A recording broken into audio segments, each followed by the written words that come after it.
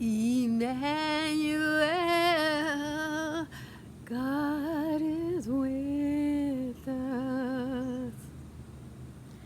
Emmanuel, God is with us. Hey everybody, I'm back with another situation that needs to be discussed. So we're going to chat about it today. I didn't forget about this topic, I just wanted to do a whole video on it. Amylopic acids is a toxic chemical that is used to kill broadleaf plants. That would be your vegetables, the clovers, the vetches, our cover crops, with the exception of grasses, our radishes, tomatoes, cucumbers, watermelons, beans. Just go in a grocery store produce department, any fresh produce, lettuce, all of that stuff is broadleaf. And these amylopic acids kill it. This is another part of the Western selfish farming technique that we have. How it happened was, there are farmers who are growing cows. Their main source of income is from selling milk, dairy from the cows, or selling meat, butchering the cows and selling the meats. So they don't want their cows eating clover. They don't want them eating radishes. They don't want them eating that. They want them just eating grasses. I don't know why I don't farm cows. If somebody knows why, leave it in the comments below. So they decided, like I've said before, our whole Western society is based, entrenched on the idea of slavery. Somebody else do the work, but I profit. That's our whole system in our minds. Whether we say slavery is right or wrong, all the time when people research and find out what we in Western society buy, we always get back to finding slaves, sexual slaves, any type of slave. Our society's been based upon slavery. Western society's been based upon slavery for so long, it's entrenched in our mindset. Let me get it cheaper. Well, the cheapest you can get it is when somebody else doesn't get their fair share, slavery. And so a part of that is that we always think it's efficient that we never do any work. So they thought, I'm not going to get out there and pull clovers. I'm not going to leave some clover out in my garden so the rabbits can eat and the deer can eat. I'm going to starve the rabbits. I'm going to starve the deer. Nobody will ever find out about it, And so what we find out in our little urban gardens, all of a sudden we're like, oh, the deer are coming to our gardens and they're eating. That's because they're starving, because there's this group of cow farmers who have most of the wild land, and they're killing the major foods that those animals would eat in the wild. You got bears coming to your backyard. Everybody desperate for food, starving, coming to your backyard. We didn't find out about it at that time. You have to put it together, guys. If you know anything about rabbits and deer, they eat those broadleaf weeds, the vetches, they would eat the grasses too, but their first crop for them are the beans, the vetches, the clovers, all that sort of thing. The same things that we are growing in our gardens. Those are food, right? In our vegetable gardens. And they're starving, so they come to our gardens. But we didn't find out about it. Nobody told us about it. We didn't know about it. And we weren't putting together that the animals were starving. And that's why they leave in the wilderness and coming to our vegetable gardens and, eating around our tree, eating the bark around our tree, because they got nothing. Because these farmers are out there killing everything because they don't want to do any weeding. That was my point in the slavery. They don't want to get out there and just pick the weeds, plow the land, sweat the ground. No. They don't want to do that biblical stuff. What they decided to do was to buy a chemical that killed vegetables, that kills beans, that kills tomatoes, that kills pumpkins. Pumpkins do grow wild some places too. They don't want these animals eating pumpkins. Cows love pumpkins, and they eat pumpkin leaves. If they can get them, they want them. But in any event, they put this thing out there, and they're thinking, nobody will ever know. They'll just be buying this beef, and they will not know that they're starving the rabbits, starving the burros, and starving the deer. And God knows what it's doing to the bears, because they're coming in people's backyards trying to find food too. And I guarantee you guys, you might think they love you, but they don't love you. They don't want to see you. If they could not see you and be full and fat and live their lives, they think that's better, not to too. But in any event, what happened was, farmers make money by not only selling meat. After they sell the meat or the milk, they have another product that they sell and make some money. And this is a growing market for them. That is the market of selling poo. Chicken poo, cow poo, goat poo, bat poo, every kind of poo. Well, this manure that we who do organic farming love to buy. And this year, it was a bumper crop. They sold more manure this year than they have ever sold before. They have designer manure that sells for like $50 a bag, which is more than a fancy steak. You know, you could buy a small bag of expensive manure. And so these gardeners had this dream come true for them. I mean, not only do they make money off, you know, the cows as far as food, now they've got this new customer, the urban gardener. And I'm going to tell you guys, we urban gardeners, we don't always know what we're doing. So we buy our way out of our mistakes. We buy more fertilizer. We buy more this. We buy more that. We buy everything. They have a book called The $2,000 Tomato. It was like $1,600 tomato.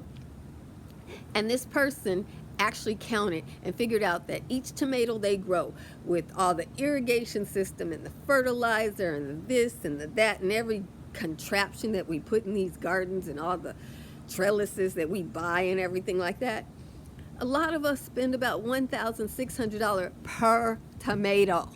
Per tomato. You don't think so, because we just don't count a lot of stuff. You know, we buy stuff to kill the insects we don't want. We don't count that in our cost. We buy seed. Maybe we count that, maybe we don't. We just say seed is cheap. We buy all this wood and trellis material. We buy all these fertilizers, and they get more expensive. Some of these people have using rock dust, worm castings. Just worm castings is another form of poo, y'all. Yeah, but I mean, all this stuff. But in any event, so all of a sudden, we who are spending thousands of dollars on manure, on poo, you know, trying to get the best quality, the best brand of poo. We put this down lovingly on our garden, generously, 4 or 5 inches, 6 inches, 12 inches, you know, all kinds of crazy techniques that only us urban gardeners do. Lots of money for these farmers, and our gardens died. Market farmers who had small market farms, everything died, and everybody started scratching their head. What's going on here? Why is all my food dying? People started researching. Guess what it was? This particular thing that kills broadleaf plants was going through the system of the cows, coming out on the other side. It was going through the system of the horses, coming out on the other side. And when we would plant into this expensive dirt that we bought in bags, 1 kilo bags, 2 kilo bags, expensive poo, manure that we had dropped off on our property and had to deal with the stink of it, it killed our plants that we had started as starts in our expensive seed starting with the money we're spending on electricity and lighting and just all kinds of stuff. Killed our plants. Not just the poo. Some people like to use straw or hay to mulch their vegetables. I do that. Well, I grow my own. Please go see my videos on growing your own fertilizer, because you need to do that.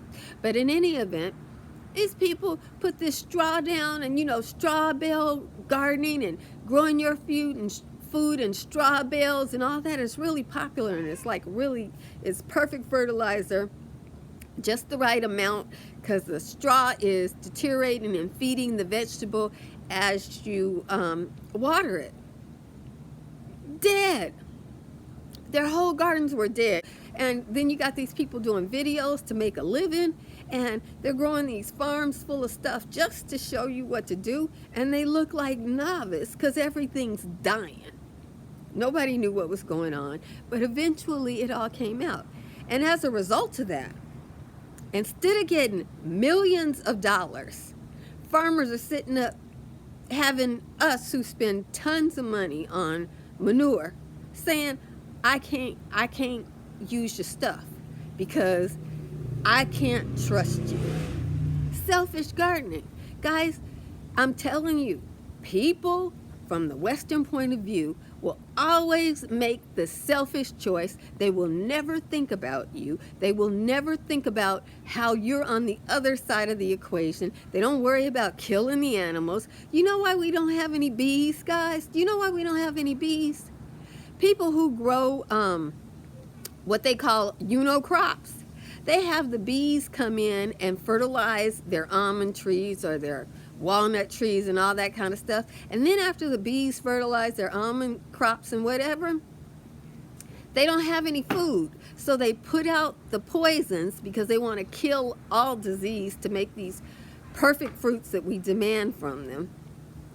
And they kill millions of bees after using them one season to fertilize their stuff. And they're sitting up there believing that somebody's going to be able to produce bees in the bee factory. And that's why our population is dwindling. The other thing that's dwindling our bee population, guys, it's not bolting, it's flowering.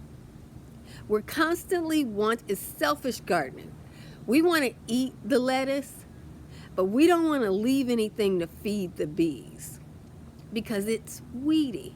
Oh, that would be what it is. It's weedy. We don't like the way it looks, so we'd rather starve. Right now, we're in a crisis all around the world where people are still wanting to buy their insecticide, but we're running out of food. People are starving around the world because we've decided that it's aesthetically correct to starve. Whatever you grow in your garden and you eat, 50% of it should flower and feed somebody else. Birds, bees, deer. It's in the Bible. You leave some for somebody else. Some of those somebody else's are animals.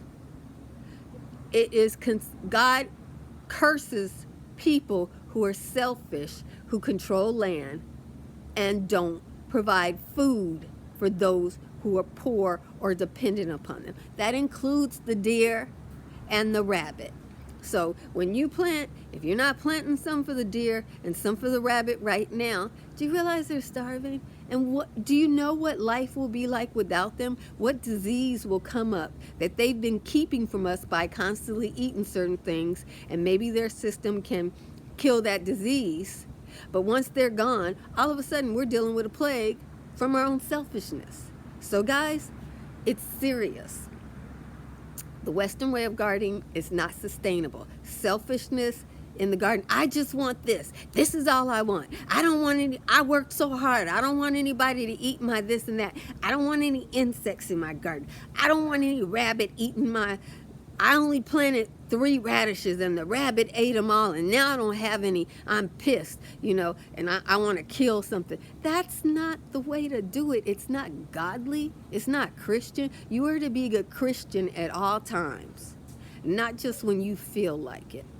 So I hope this video blessed you. Guess what? I'm still here. Jesus loves you. And I love you with all the Jesus in me. Be blessed, beautiful.